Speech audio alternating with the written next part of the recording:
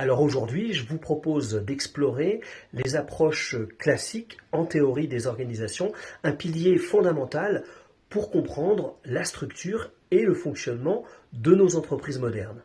Nous aborderons les contributions de trois figures emblématiques des théories des organisations, Max Weber, Frederick Taylor et Henri Fayol. Chacun des trois a apporté une pierre angulaire à notre compréhension actuelle de la gestion de nos organisations. Max Weber est connu pour sa théorie de la bureaucratie. Il met en avant l'importance d'une structure hiérarchique claire, de règles formelles pour une gestion efficace. Par exemple, dans nos entreprises modernes, le rôle de chaque employé est clairement défini. Ça évite ainsi les conflits de compétences et ça augmente l'efficacité. Max Weber a également souligné que la gestion devrait être basée sur la rationalité et l'objectivité, éliminant le favoritisme et l'arbitraire. Ça se voit dans la manière dont les promotions sont gérées dans de nombreuses entreprises basées sur le mérite plutôt que sur les relations personnelles. Les caractéristiques de la bureaucratie offrent un cadre organisé et rationnel pour la gestion des grandes institutions. L'individu y perd souvent une certaine autonomie au profit de la conformité aux règles et aux procédures établies. Par exemple, dans une administration publique, un fonctionnaire n'a pas le pouvoir discrétionnaire de changer les politiques. Il doit suivre les directives établies. La bureaucratisation implique aussi une division rigide du travail où chaque poste est spécialisé. Cette spécialisation conduit à une expertise accrue dans des domaines spécifiques, mais peut aussi entraîner une fragmentation des connaissances et des compétences, ce qui peut limiter la vision globale des problèmes. La hiérarchie bureaucratique assure un contrôle strict sur les activités, ce qui peut garantir la cohérence et l'ordre, mais peut aussi conduire à une rigidité et à des retards décisionnels. Par exemple, dans une entreprise, les décisions doivent souvent être approuvées à plusieurs niveaux hiérarchiques avant d'être mises en œuvre, ce qui peut ralentir le processus. Les règles et les procédures jouent un rôle central dans la bureaucratie, ce qui peut garantir une équité et une uniformité dans le traitement des cas, mais ça peut aussi limiter la flexibilité et l'adaptabilité aux situations uniques.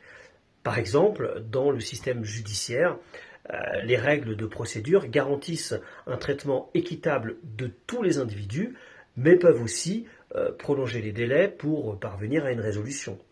En somme, la bureaucratie est un système complexe qui offre à la fois des avantages et des inconvénients. Alors qu'elle permet de résoudre efficacement les problèmes modernes grâce à sa structure organisée et à ses règles claires, elle peut aussi conduire à une certaine lourdeur, à une rigidité et à une perte de flexibilité. Cependant, son rôle dans la coordination des efforts et la garantie de l'ordre dans les institutions est absolument indéniable. Frederick Taylor, père de la gestion dite scientifique, a révolutionné la production industrielle par ses principes d'optimisation du travail et de la productivité. On peut citer comme exemple les chaînes de montage en automobile qui sont inspirées par Taylor et plus tard perfectionnées par Ford, et elles décomposent le travail en petites tâches simples pour maximiser l'efficacité.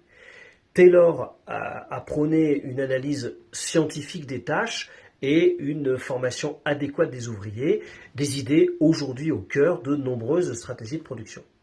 Alors il est possible d'identifier 4 principes du taylorisme: étudier les connaissances traditionnelles, les enregistrer, les classer et les transformer en lois scientifiques, sélectionner scientifiquement les ouvriers, perfectionner leurs capacités, entraîner les ouvriers à travailler, répartir le travail entre ouvriers et direction de façon égale.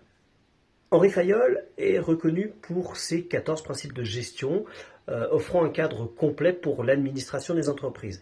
Je vous invite à découvrir ces 14 principes dans un document annexe. Fayol a aussi mis en avant l'importance de la planification, l'organisation, le commandement, la coordination et le contrôle dans la gestion.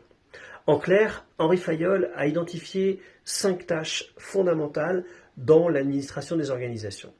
Il propose comme ça un cadre pour comprendre la gestion. L'anticipation et la planification constituent la base de cette démarche.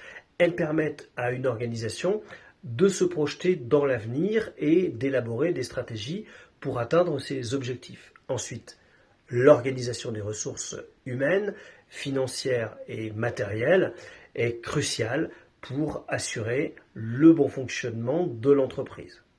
Le commandement implique la communication claire des tâches et des instructions aux membres de l'organisation, établissant ainsi une structure hiérarchique nécessaire à la coordination des activités. Cette coordination est absolument essentielle pour relier et harmoniser les efforts de tous les membres de l'organisation, assurant ainsi une efficacité globale. Enfin, le contrôle garantit la conformité aux règles et aux directives établies, assurant ainsi la cohérence et la qualité des opérations. Ces tâches soulignent le rôle central de la direction dans la structuration et le fonctionnement des organisations. Elles mettent en lumière les interactions complexes entre les individus, les structures et les processus au sein d'une organisation, soulignant ainsi l'importance de la coordination et du contrôle pour maintenir l'ordre et atteindre les objectifs organisationnels dans un environnement dynamique.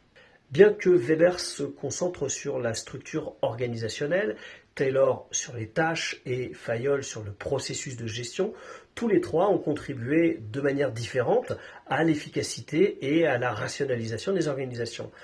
Leur approche diffère énormément, mais se complètent, posant les bases des pratiques de gestion contemporaines. Les approches classiques de Weber, Taylor et Fayol offrent des fondations solides pour la gestion moderne des organisations. Elles soulignent l'importance de la structure, de l'efficacité et de la prévisibilité des principes toujours d'actualité dans nos entreprises. Comprendre ces théories est essentiel pour tout gestionnaire souhaitant améliorer les performances et l'efficacité organisationnelle. Nous verrons dans de prochaines séquences les critiques qui ont été faites à ces théories, notamment les limites du fayolisme et du taylorisme.